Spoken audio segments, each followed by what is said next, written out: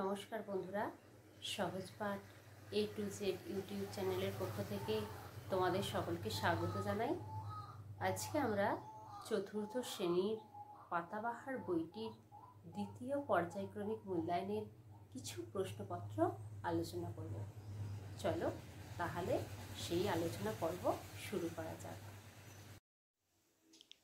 দ্বিতীয় পর্যায়ক্রমিক মূল্যায়নের কিছু গুরুত্বপূর্ণ প্রশ্ন উত্তর। শ্রেণী চতুর্থ, বিষয় পাতাবাহার। কয়েকটি সংক্ষিপ্ত প্রশ্ন উত্তর। একে আছে, দক্ষিণ মেরু অভিযান পাঠ্যাংশটি কার লেখা? উত্তর, নৃপেন্দ্রকৃষ্ণ চট্টোপাধ্যায়ের লেখা। দুইয়ে দেখো, ক্যাপ্টেন স্কট কত সালে জন্মগ্রহণ করেন? 1868 খ্রিস্টাব্দের 5ই জুন। তিনে দেখো আছে, 1901 সালে কোন জাহাজে করে স্কট দক্ষিণ মেরুর উদ্দেশ্যে যাত্রা করেন? উত্তর হবে ডিসকভারি।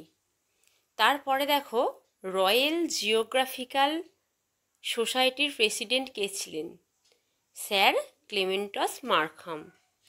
5 নম্বরে আছে, 1902 সালে কোন দ্বীপে নোঙর ফেলা হয়? এর উত্তর হবে কিং এডওয়ার্ড দ্বীপে।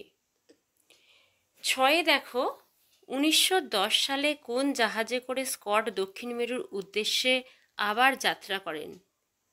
উত্তর, টেরা নোভা। পরের প্রশ্ন দেখো, দক্ষিণ মেরু প্রথম আবিষ্কার কে করেন? উত্তর, নরওয়ের অধিবাসী আমুন্ড সেন। 8 দেখো, দক্ষিণ মেরু অভিযান রচনাটি লেখকের কোন বই থেকে নেওয়া হয়েছে? নতুন যুগের মানুষ বই থেকে নেওয়া হয়েছে। স্লেজ কি? উত্তর হবে বরফের ওপর চলার জন্য কাঠের পাটাতন হয়ে গেছে পাটাতন দিয়ে তৈরি গাড়ি, যা কুকুরে টানে আবার চাকা লাগানো হয়। মানে আমরা পাঠ্যাংশেই দেখেছি বা পড়তে গিয়ে ওখানে আছে যে প্রথমে হচ্ছে গিয়ে 19টা কুকুর নিয়ে স্লেজ গাড়ির কথা ওখানে পাঠ্যাংশে বলা হয়েছে। তারপর কুকুর নিয়ে যাওয়ার কারণে বিভিন্ন অসুবিধার কারণে পরের বার কাঠের চাকা দিয়ে টানা গাড়ি হচ্ছে গিয়ে স্কটরা ব্যবহার করেছিলেন।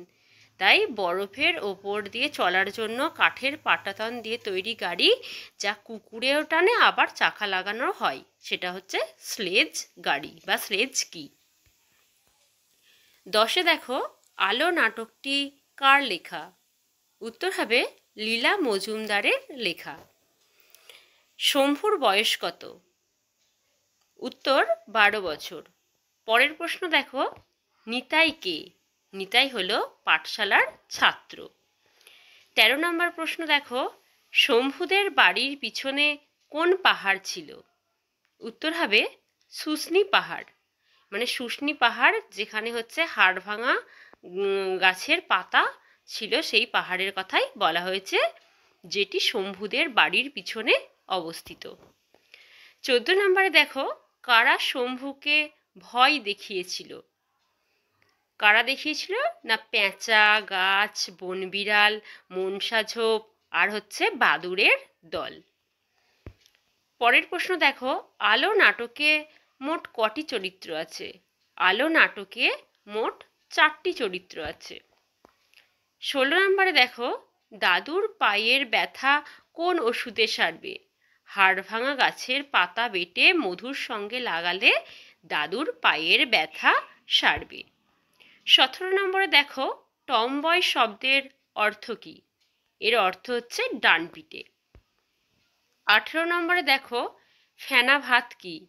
এর উত্তর হবে ফ্যান সমেত ভাত। 19 নম্বরে দেখো, অশ্বিনী কুমার দত্ত কে ছিলেন? অশ্বিনী কুমার দত্ত ছিলেন একজন সমাজসেবী, ভাষাবিদ, আবার অন্যদিকে একজন শিক্ষক। 20 নম্বরে দেখো, 5 ভাই বোনের কাছে কটি ছাতা ছিল? কটি ছাতা ছিল? উত্তর হবে তাপ্পিমারা একটি ছাতা ছিল। এর পরের প্রশ্ন দেখো, কোন নদীকে খ্যাপা নদী বলা হয়েছে? ধলেশ্বরী নদীকে খ্যাপা নদী বলা হয়েছে। 22 নম্বর দেখো, সত্যি চাওয়া কার লেখা? সত্যি চাওয়া লেখা নরেশ গুহর। এরপরে দেখো কোন নদীকে লক্ষ্মী মেয়ে বলা হয়েছে? ইছামতি নদীকে লক্ষ্মী মেয়ে বলা হয়েছে। কার বাড়ির নাউরি লইয়া যাওরে মাঝি, এ কথা কে বলেছেন? উত্তর হবে হোসেন মামা। 25 নম্বর দেখো, আমার মার বাপের বাড়ি পাঠ্যাংশের লেখকের মায়ের নাম কি? উত্তর হবে পূর্ণশশী। 26 দেখো, হোসেন মামা লেখকের মাকে কি কি, এখানে কি আছে, কি কি উপহার দেন? 1 কাঁদি পাকা কলা ও 2টি কাঁঠাল উপহার দেন। 27 নম্বরে দেখো, নাউরি শব্দের অর্থ কি? এর উত্তর হবে পূর্ববঙ্গের কোনো বধূর নদীপথে বাপের বাড়ি যাত্রা। বধূ মানে বউ, তার বাপের বাড়ি যাওয়াকে বলে নাউরি। 28 দেখো, আমাজনের জঙ্গলে পাঠ্যাংশটি কার লেখা? এটা লেখা অমরেন্দ্র চক্রবর্তীর। 29 নম্বরে দেখো, কোন শহরকে বালির দেশ বলা হয়েছে? কলকাতা। 30 নম্বর দেখো, উবা কি দিয়ে ছবি আঁকায় ওস্তাদ? উত্তর হবে খড়কুটো দিয়ে উবা ছবি আঁকায় ওস্তাদ। চ্যানেলটি ভালো লাগলে অবশ্যই লাইক, শেয়ার, কমেন্ট করতে ভুলবে না। আজকে এইটুকুই থাক, বাকি আবার পরের দিন নতুন একটা পাঠ্যাংশ বা নতুন একটা পড়া নিয়ে তোমাদের কাছে হাজির হব।